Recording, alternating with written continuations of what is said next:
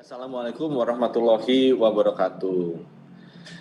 Di ratas tadi sudah kami laporkan mengenai berita-berita di masyarakat yang beredar mengenai kondisi di rumah sakit kita, perawat kita, obat-obatan kita.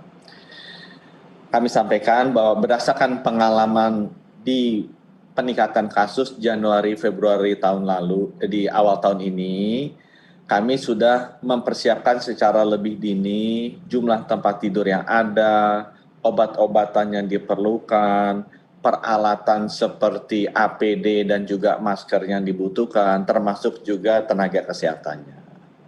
Kami sampaikan memang sampai saat ini terjadi peningkatan yang luar biasa dan itu penting untuk bisa fokusnya bukan hanya ke sisi hilir, di sisi rumah sakit, di sisi penanganan orang sakit, tapi lebih penting lagi fokus ke sisi hulu, bagaimana kita mencegah agar orang sehat ini jangan menjadi sakit. Dan arahan beliau sangat jelas, beliau memberikan arahan dua hal, agar kita menangani di sisi hulunya dengan baik, sehingga mengurangi tekanan ke sisi hilirnya, di mana kita bisa menangani agar mencegah orang sehat ini tidak menjadi sakit, bukan hanya menangani orang yang sudah sakit menjadi sembuh.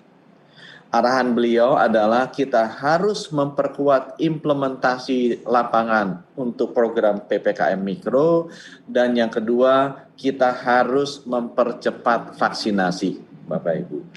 Untuk hal yang pertama dijabarkan oleh Pak Menko tadi, yang paling penting adalah bagaimana kita melaksanakan implementasi lapangan di PPKM Mikro, kita mengurangi mobilitas.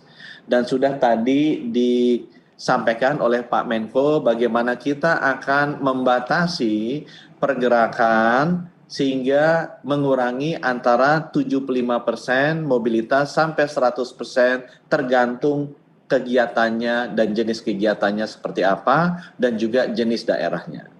Jadi untuk implementasi lapangan program PPKM Mikro yang paling penting arahan beliau mengurangi mobilitas, sudah disetujui pengurangan antara 75% sampai 100% untuk daerah-daerah yang memang sudah masuk zona merah, seperti yang tadi disampaikan oleh Pak Menko. Yang penting juga beliau menyampaikan adalah dipastikan untuk orang-orang yang terkena itu segera dites. Karena banyak klaster keluarga, satu RT dites saja semua segera untuk kita bisa pastikan siapa yang terkena dan siapa yang tidak. Kalau sudah lebih dari 5 rumah yang terkena, kita melakukan penyekatan secara spesifik untuk di level RT tersebut dengan bantuan TNI dan Polri. Supaya sekali lagi bisa membatasi pergerakan dan mobilitas dimulai dari level terkecil. Kemudian beliau juga sampaikan pada saat penyekatan dilihat kalau memang daerahnya memungkinkan kita lakukan isolasi mandiri, kalau memang daerahnya padat kita lakukan isolasi terpusat. Dan beliau juga memberikan arahan isolasi terpusat itu harus tersebar sebanyak mungkin ke daerah-daerah tersebut, baik kecamatan maupun kelurahan, sehingga meringankan beban yang ada di isolasi terpusat yang besar-besar seperti Wisma Atlet.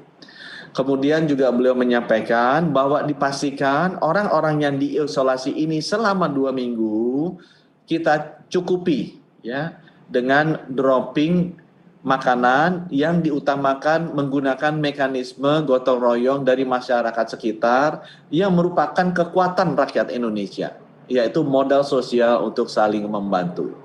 Dengan pemerintah akan support, sekali lagi ini diawasi oleh TNI dan Polri. Kemudian untuk yang diisolasi dan memiliki gejala, khususnya dia ada komorbid, khususnya saturasinya di bawah 95%, khususnya sudah mulai sesak, itu dibawa ke rumah sakit.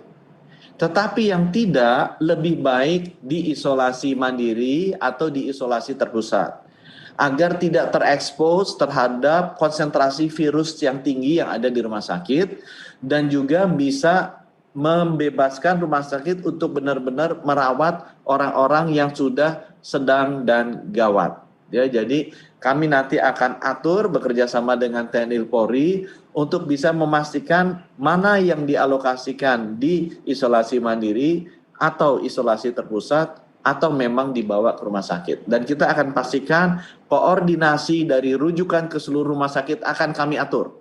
Sehingga seminimal mungkin membuat orang tidak bisa menemukan kamar. Gitu ya. Kita itu nanti akan kami atur. Yang terakhir, pesan beliau adalah bahwa ini harus dikoordinasikan bersama.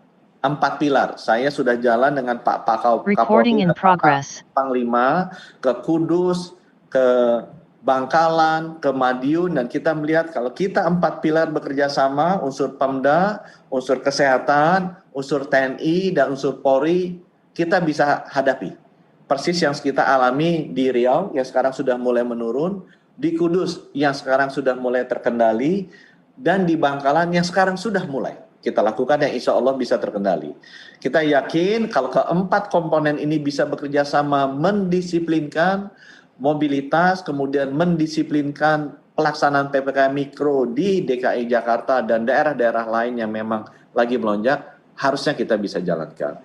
Itu untuk yang pertama, arahan Bapak Presiden untuk memastikan implementasi di lapangan, khususnya untuk program PPKM Mikro dijalankan dengan disiplin, dengan bantuan TNI dan Polri.